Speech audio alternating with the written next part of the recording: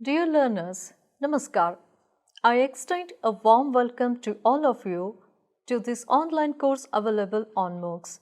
Today, our purpose is to provide you with a concise introduction to the topic of rural local governance. The Rural Local Governance course covers grassroots democratic system and decentralization of power. The course is relevant in understanding the role of local self-government in rural development through political awareness and participation of the people at the grassroots level.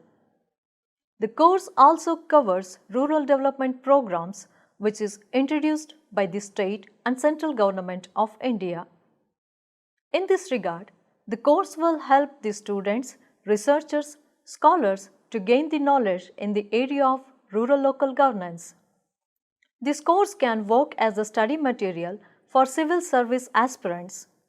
For general audience, the course can provide complete information about the existence of rural local governance in India as a democratic setup. I once again welcome you all with the anticipation that the course will help you to know the entire concepts of rural local governance, and I wish you all the best to the entire cruise of learning through massive open online course. Thank you for joining this course, and I look forward to an engaging and enlightening learning journey together.